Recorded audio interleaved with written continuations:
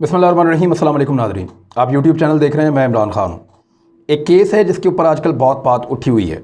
मैं उसका फ़ैसला लेकर आया हूँ और ये दो जजेस सुन रहे थे शहबाज शरीफ साहब का मुकदमा। अब इसकी तफसीलात मैं आपको बताऊँगा तो आप अपनी उंगलियाँ दांतों में दबा लेंगे। मैं आपको बताऊँगा तो आप हैरान हो जाएंगे कि ये क्या हो रहा है और शहबाज शरीफ साहब ने क्या किया है। ये जो उनकी ज़मानत का मामला उठा है, ये किस तरह मुतनाज़ हुआ और इसमें शहबाज शरीफ साहब की ज़मानत के लिए क्या खेल खेला गया है पाकिस्तान की एक पॉलिटिकल पार्टी की जानिब से, और इसमें मीडिया को भी इस्तेमाल किया गया। यानी अभी अदालत से फ़ैसला नहीं आया था, लेकिन उससे पहले ही नून लीग के कुछ लोगों ने, कर्ता धर्ताओं ने, इस बुनियाद पे कि उनको पूरा यकीन था कि आज तो हमारी ज़मानत हो जानी है, दो मीडियाज़ के ऊपर, दो मुख्तलिफ निजी टीवी चैनल्स के ऊपर ये खबर चलवा दी कि शहबाज शरीफ साहब की ज़मानत हो गई है। बाद में उन दोनों टीवी चैनल्स ने माजरत भी चलाई कि नहीं, शहबाज शरीफ साहब की ज़मानत अभी नहीं हुई, हमने ये खबर जल्दबाजी में चला दी है। देखिए, वो खबर तो ये भी चला सकते थे कि शहबाज शरीफ साहब की ज़मानत जो है वो नहीं हुई, लेकिन उन्होंने यही चलाया कि ज़मानत हो गई है, क्योंकि क्लेम किया गया था नून लीग की जानिब से कि ये ज़मानत हो गई है। नून लीग बज़ाहिर ऐसा नज़र आता है कि इसकी बड़ी पुरजोश थी और उनको लगता था कि उनको ज़मानत हर हाल में मिल जाएगी। ये दो मुअज़्ज़ज़ जज साहिबान थे जिन्होंने शहबाज शरीफ साहब का मुकदमा सुना। अब ज़रा इसकी तफसील में आपको जब बताऊंगा ना तो आप हैरान हो जाएंगे कि ये हुआ क्या है। और ये मेरे सामने फ़ैसला पड़ा है और ये फ़ैसला अब मैं आपको दिखा रहा हूँ। ये इससे पहले शायद आपको किसी ने नहीं दिखाया होगा। अब फ़ैसला मैं आपको दिखा रहा हूँ, ज़रा इसको आसान करके आपको बताता हूँ कि वहाँ हुआ क्या। दो जज साहिबान हैं, एक जस्टिस सरदार मोहम्मद सरफराज डोगर साहब और एक जस्टिस असजद जावेद घुराल साहब। ये दोनों मुअज़्ज़ज़ जज साहिबान, एक डीबी कहते हैं डबल बेंच को, डीबी डबल बेंच, जो जिसमें दो जजेस होते हैं। डबल बेंच अक्सर मुकदमात को सुनता है, हाई कोर्ट का, सुप्रीम कोर्ट का, ये सुनते हैं मुअज़्ज़ज़ जज साहिबान। तो ये एक डबल बेंच बना था शहबाज शरीफ साहब की ज़मानत की दरख्वास्त को सुनने के लिए, और बड़ी खबरें आ रही थी कि हर हाल में ज़मानत हो जाएगी, माहौल बना हुआ था। लेकिन फिर हालात एकदम तब्दील हो गए। हुआ क्या वो मैं आपको बताता हूँ। और बहुत सारे लोग जो हैं वो जुडिशरी के ऊपर उंगलियां उठाते हैं। मेरे ख्याल में अगर उनके पास सबूत नहीं है तो उंगलियां नहीं उठानी चाहिए, लेकिन मैं आपको वो फैसला बताऊंगा जो एक जज साहब ने लिखा। हुआ क्या कि जस्टिस सरदार मोहम्मद सरफराज डोगर साहब और जस्टिस असजद जावेद घुराल साहब ये मुकदमा सुन रहे थे। अब जस्टिस असजद जावेद घुराल साहब का जो एक इसके अंदर डिसेंडिंग नोट है, जो उनका फैसले का उनका हिस्सा है, वो मैं आपको पढ़ के सुनाऊंगा। तो ये पाकिस्तान की जुडिशियल हिस्ट्री में ऐसा नहीं हुआ। यानी पाकिस्तान में अजीब अजीब काम होते हैं। जेल से एक कैदी को निकाला जाता है, निकाल के उसको फ्लाई करवाया जाता है, वो लंदन जाता है इलाज करवाने के लिए, फिर अदालतें, इदारे सारे उसको बुलाते हैं, वो सबको कहता है फारग, मैं नहीं आ रहा। यानी पाकिस्तान में अजीब अजीब काम होते हैं अदालतों में। जस्टिस कयूम वाली मिसाल आपके सामने है कि वो क्या हुआ था। फिर और बहुत सारी मिसालें आपके सामने हैं। सुप्रीम कोर्ट के ऊपर पथराव भी हो गया था, आपको याद होगा। अभी थोड़े दिन पहले ब्यूरोक्रेट्स जो हैं उनको भी दबाव में लिया गया PMLN की जानिब से, उनके ऊपर प्रेशर डाला गया, उनको धमकियां दी गई हैं, जिस पे गवर्नमेंट के कुछ लोग कहते हैं FIR करवानी चाहिए नून लीग के लोगों पे। बहरहाल अब ये मैं आपको फैसला पढ़ के बताता हूँ। ज़रा थोड़ा बारीक काम है, मैं कानून का तालिब इल्म हूँ, छोटा मोटा मुझे इतना पता नहीं है, लेकिन जो मैंने समझा है आईनी माहिरीन से, कानून समझने वालों से, वो मैं अब आपको आसान ज़ुबान में बताने वाला हूँ। जज साहब कह रहे हैं कि I have had the privilege to go through order dated 14/4/2021 rendered by my learned brother Sardar Mohammad Sarfraz Dogar justice. वो कह रहे हैं कि मैं एक केस जो है वो हम सुन रहे थे, सरदार मोहम्मद डोगर साहब और मैं, हम दोनों, वो भी जस्टिस हैं, मैं भी, और 14/4/2001 को जो है वो ये हुआ। उन्होंने लिखा कि who has granted bail to the petitioner, जिन्होंने पटिशनर को बेल दे दी, यानी शहबाज शरीफ को बेल दे दी।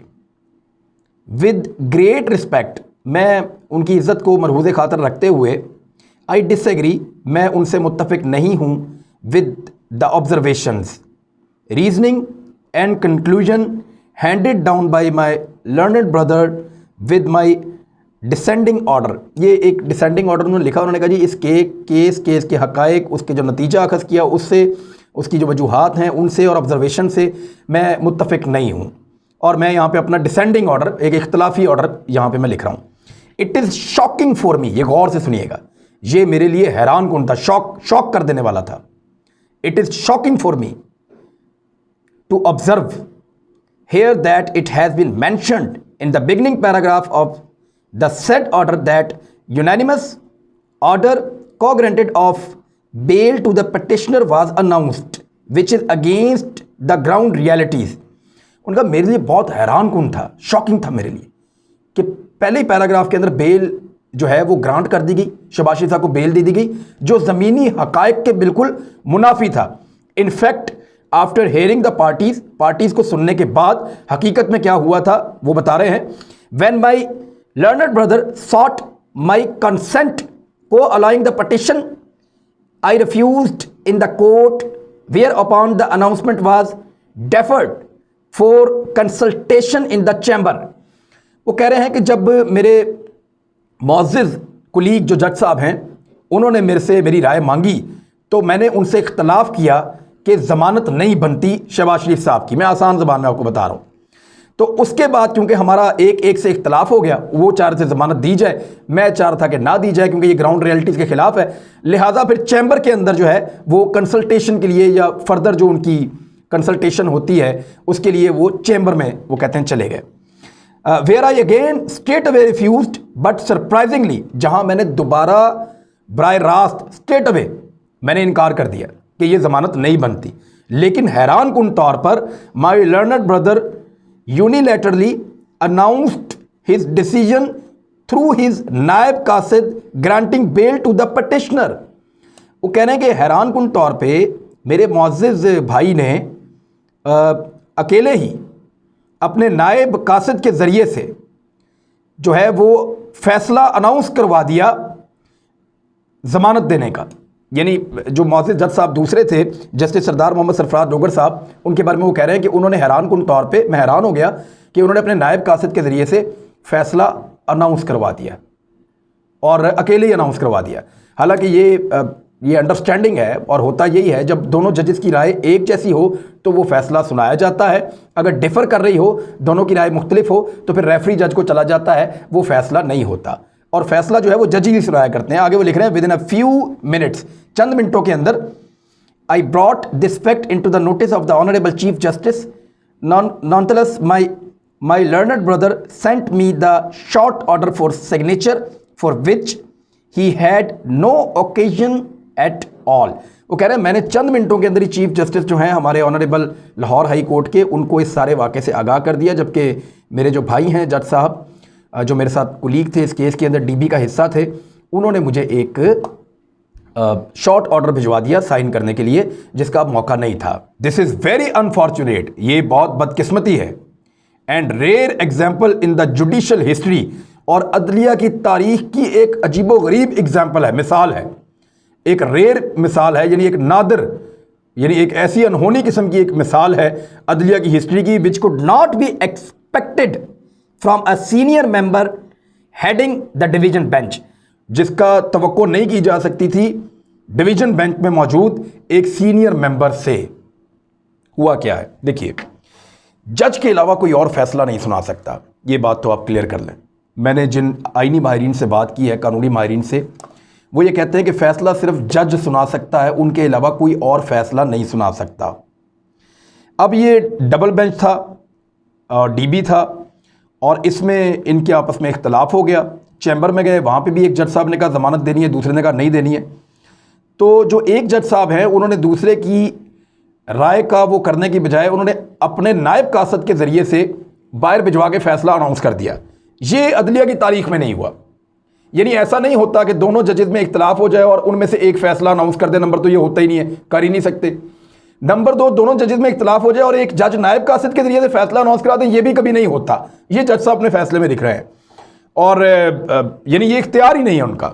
और तीसरी बात यह है कि ये फिर रेफरी जज को मामला चला जाता है automatically. Chief justice of Pakistan ने उनका chief justice of Lahore high court ने, जिस भी अदालत का होता है वहाँ के चीफ जस्टिस ने यह फैसला करना होता है कि कौन से जज जो हैं वो रेफरी जज इस मामले में बनेंगे। अब ये हो गया जी सीधा सीधा मामला, और इसके ऊपर मैंने जिन लोगों से बात की वो कहते हैं ये तो खुद chief justice Lahore high court को इस मामले की इंक्वायरी करनी चाहिए।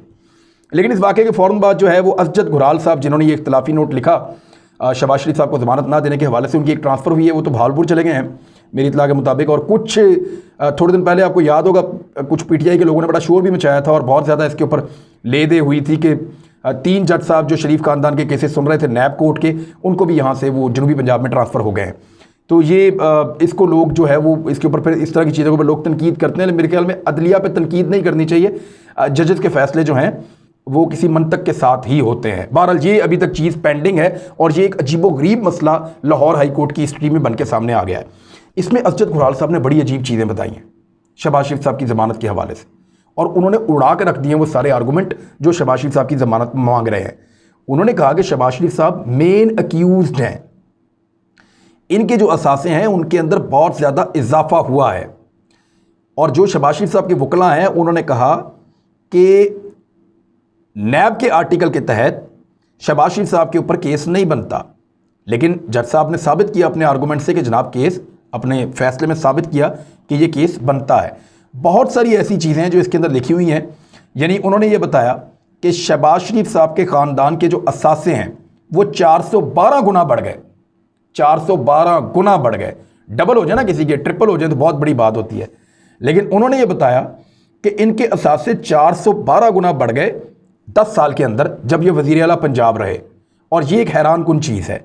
उन्होंने कहा कि इन्होंने कितना पैसा बनाया, इन्होंने 14 मिलियन से बढ़ के 6122 मिलियन तक पहुंच गए। यानी 14 मिलियन किसी के पास हो, 14 मिलियन का मतलब है लगभग 1 करोड़ 40 लाख, 14 मिलियन इतना ही होता है। तो वहां से बढ़ के वो 6122 मिलियन पे पहुंच गए। तो ये इनके असासों के अंदर जो इजाफा हुआ है वो 412 मरतबा ज़रब दे दें उनकी रकम को तो इतना ज़्यादा इजाफा हुआ, 412 गुना उनकी रकम बढ़ गई है 2008 से लेकर 2018 तक। उन्होंने कहा कि शहबाज शरीफ साहब के बहुत सारे को अक्यूज्ड हैं जो उनके साथ शरीक मुजरिम हैं।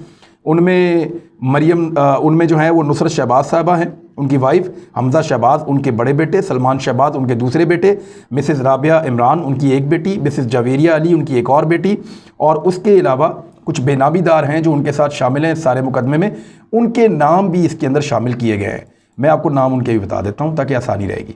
उन्होंने कहा जी इसमें अली अहमद ख़ान साहब हैं, निसार अहमद साहब हैं, सैयद मोहम्मद ताहिर नकवी साहब हैं और राशिद खान साहब हैं।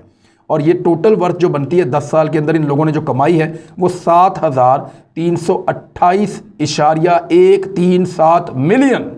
ये इतना पैसा इन्होंने बनाया और जवाब नहीं दे पाए कि ये पैसा कहाँ से और कैसे बनाया। जज साहब ने अपने फैसले में लिखा कि ये क्योंकि प्रिंसिपल अक्यूज्ड हैं, मेन मुलजिम ये हैं और इन्हीं के पास पब्लिक ऑफिस था जिसकी बुनियाद के ऊपर इन्होंने इतने बड़े असासे बनाए इस सारे ख़ानदान ने। शहबाज शरीफ साहब ना तो सिर्फ अपने असासों का जवाब नहीं दे पाए, अपनी बेगम के और अपने बच्चों के असासों का भी जवाब नहीं दे पाए। और इसके अंदर एक चीज़ जो बड़ी इंपॉर्टेंट आगे जाके लिखी है, जो PMLN के लोग अक्सर कहते हैं, तो जज साहब ने उस मसले को हमेशा के लिए हल कर दिया। इसका जो सफ़ा नंबर 12 है, शहबाज शरीफ साहब के वकला जो हैं वो ये बात कर रहे थे कि शहबाज शरीफ साहब की कोई रिश्वत, कोई सिफारिश, कोई ऐसी चीज़ कोई प्रूव करें, कहीं किक बैक ली हो, किसी जगह पे कोई रिश्वत खाई हो, किसी जगह पे कोई कमीशन लिया हो तो साबित करें। तो इस पे जज साहब कह रहे हैं further more it is not the duty of the prosecution to establish that the petitioner had received any kickback, commission or illegal gain from any specific project. The prosecution had only to establish that the assets so held by the petitioner were beyond his known source of income, and then the responsibility lies upon the accused to give money trail that how he acquired such assets. उन्होंने कहा कि ये नहीं है कि नैब को ये बताना पड़े कि शहबाज शरीफ साहब ने कहाँ रिश्वत ली, कहाँ कमीशन खाई, कहाँ पैसा खाया, कहाँ करप्शन की। नैब को ये बताने की ज़रूरत नहीं है। नैब ने सिर्फ ये इस्टेब्लिश करना है कि ये शहबाज शरीफ साहब के असासे हैं और ये उनकी इनकम है। असासे इनके जो हैं, जो पैसा इनके पास है, जो दौलत इनके पास है वो है 100 रुपये, और इनकी इनकम जो बनती है इस सारे टन्योर में वो बनती है 5 रुपये। तो सिर्फ ये उन्होंने इस्टेब्लिश करना है कि ये 100 रुपया इनका अपना है, इनकी मलकियत में है, इनके अकाउंटों में आ रहा है, ये उसके मालिक हैं। लेकिन इस बीच में इन्होंने जो पैसे कमाए हैं वो सिर्फ 5 रुपए हैं। बीच के 95 कहाँ आए, कहाँ से आए, इसकी जो मनी ट्रेल है वो देनी है शहबाज शरीफ साहब ने। ये जज साहब ने बड़ा क्लियर कर दिया। और इसके साथ ही उन्होंने लिखा कि during investigation the petitioner has failed to justify his known source of income, यानी वो अपना ज़राए आमदन इन्वेस्टिगेशन के दौरान शहबाज शरीफ साहब बिल्कुल नहीं बता पाए और जस्टिफाई नहीं कर पाए। इसके बाद जज साहब ने इसी फैसले के अंदर जो टीटीज़ हैं उनके बारे में डिटेल से लिखा कि किस तरह टीटीज़ लगती रही हैं गैर कानूनी, और ये पैसा आता रहा नुसरत शहबाज के अकाउंट में, ये पैसा आता रहा शहबाज शरीफ साहब के पास, ये पैसा आता रहा उनके बच्चों के अकाउंट में, और किस तरह उनके सबके असासे कितने कितने बड़े हैं और किस किस तरीके से बड़े हैं, ये सारा कुछ उन्होंने लिखा। एक पॉइंट ऑफ व्यू उठाया गया कि इसी केस में हमजा शहबाज की जमानत हो गई है तो शहबाज शरीफ साहब को भी मिल जानी चाहिए। तो उसमें जज साहब ने यह मौक़िफ़ लिया कि हमजा शहबाज मेन मुजरिम नहीं है, प्रिंसिपल एक्यूज्ड नहीं है, मेन मुलजिम शहबाज शरीफ हैं, हमजा शहबाज उनका एक साथी है, लिहाजा मेन मुलजिम को जमानत नहीं मिल सकती क्योंकि वो किसी सवाल का जवाब देने में अभी तक कामयाब नहीं हुआ, हर चीज उसके खिलाफ जा रही है। यहां जज साहब ने बड़ी डिटेल के साथ हर मुलजिम के जिम्मे जितने पैसे आते हैं वो भी लिखे, जितनी उनकी आमदन थी वो भी बताई गई। जज साहब ने जो लुब्बे लुबाब है इसका उसमें उन्होंने बड़ा क्लियरली कह दिया है कि शहबाज शरीफ साहब के पास जो पैसा है वो उनका कमाया हुआ नहीं है, बड़ा क्लियरली अपने ऑर्डर में लिख दिया है कि जो पैसा शहबाज शरीफ साहब के पास है वो उनका कमाया हुआ है। ये साबित करने में शहबाज शरीफ नाकाम रहे हैं। गैर कानूनी टीटियां लगती रही हैं, ये पैसे कहां से आए इसका जवाब शहबाज शरीफ साहब आज तक नहीं दे पा रहे। नैब के जितने सवालात हैं उन सवालों का जवाब शहबाज शरीफ नहीं दे पा रहे, लिहाजा उनको ये जो बेल के लिए उन्होंने पटिशन दायर की है ये रिजेक्ट की जाती है और इसका मेरिट नहीं बनता, विदाउट एनी मेरिट, ये जज साहब ने लिखा है। अब इसमें जो है वो बड़ा क्लियर हो गया कि शहबाज शरीफ साहब को बेल मिलना बहुत मुश्किल है। लेकिन अभी हो क्या रहा है, कुछ ऐसी शुनीद है कि PMLN दबाव डालने की कोशिश करेगी जुडिशरी पर भी, और वो पहले भी दबाव डालते रहते हैं, और वो कोशिश कर रहे हैं कुछ इस किस्म का बेंच वो बनवाएं जिसमें उनको कोई रिलीफ मिल जाए मुबैना तौर पे। लेकिन हमें जुडिशरी पर पूरा यकीन है, हमें एतबार है, वहाँ पे बड़े अच्छे जजेस मौजूद हैं और वो बड़ी फ़र्ज शनासी के साथ अपनी ड्यूटी पूरी कर रहे हैं। तो ऐसा हो नहीं सकता कि नाइंसाफ़ी हो, इंसाफ इंशाल्लाह होगा और उसका बोलबाला होगा, क्योंकि यहाँ पे ये जो 14 सफ़ों की एक जजमेंट आई है, ये जो 14 सफ़ों की डिटेल जनाब जस्टिस असजद जावेद घुराल साहब ने लिखी है, इसके बाद कोई ऐसी गुंजाइश या कोई ऐसी चीज़ उन्होंने नहीं छोड़ी जो इसमें डिस्कस ना हुई हो। अब ये तमाम सवालात खड़े रहेंगे जब तक शहबाज शरीफ साहब इनका जवाब नहीं देंगे। किसी और बेंच के लिए या जज साहबान के लिए मुश्किल होगा कि शहबाज शरीफ साहब के लिए कोई बेल का रास्ता बने। ये सवालात बहुत इंपॉर्टेंट हैं और ये फैक्ट्स भी बहुत इंपॉर्टेंट हैं और इनके जवाब शहबाज शरीफ साहब के पास नहीं है। ये मैं अपने सोर्सेज से आपको बता रहा हूँ क्योंकि मैंने इस केस को स्टडी किया था। मैंने आपको पहले कहा था कि अगर शहबाज शरीफ को रेस्क्यू ना किया गया तो वो इस केस में से नहीं बच सकते। अगर उनको रेस्क्यू करने के लिए कोई ताकतवर लोग, ताकतवर हल्के, कुछ ऐसा माहौल बन जाता है, कोई NRO वाला, तो शायद कोई बात बने, अदरवाइज़ वो इसमें से नहीं बच सकते। जज साहब ने एक एक पॉइंट बहुत क्लियर कर दिया है और 22 पॉइंट हैं पूरे इस केस को जो है पूरे के पूरे को। अभी ये आपको नेट पे इंशाल्लाह अवेलेबल हो जाएगा जब तक मेरी ये वीडियो चलेगी। आप इसको पढ़ें, आप हैरान हो जाएंगे। और बल्कि इस पर तो chief justice Lahore high court के बारे में मुझे कुछ जो सीनियर एक्सपर्ट्स हैं कानून के, लॉ एक्सपर्ट्स हैं, बाजवा साहब से मेरी बात हुई, वो भी मुझे यही कह रहे थे कि इस पे तो चीफ जस्टिस इंक्वायरी कर सकते हैं और इसके ऊपर बाकायदा एक रेफरेंस बना सकते हैं कि ये सारा मामला कैसे हो गया, यानी नायब कासिद के ज़रिए से फ़ैसला कैसे अनाउंस हो गया जुडिशल हिस्ट्री की तारीख़ में पहली दफ़ा। तो ये एक अजीबोगरीब चीज़ थी और इसको अनअटेंडेड ऐसे नहीं जाना चाहिए। शरीफ ख़ानदान आपको पता है वो दबाव डालते हैं इदारों के ऊपर और इदारे अल्हम्दुलिल्लाह दबाव में नहीं आ रहे, चीज़ें इसीलिए सामने आ रही हैं। अब तक के लिए इतने, अपना ख्याल रखिएगा, इस चैनल का भी। अल्लाह हाफ़िज़।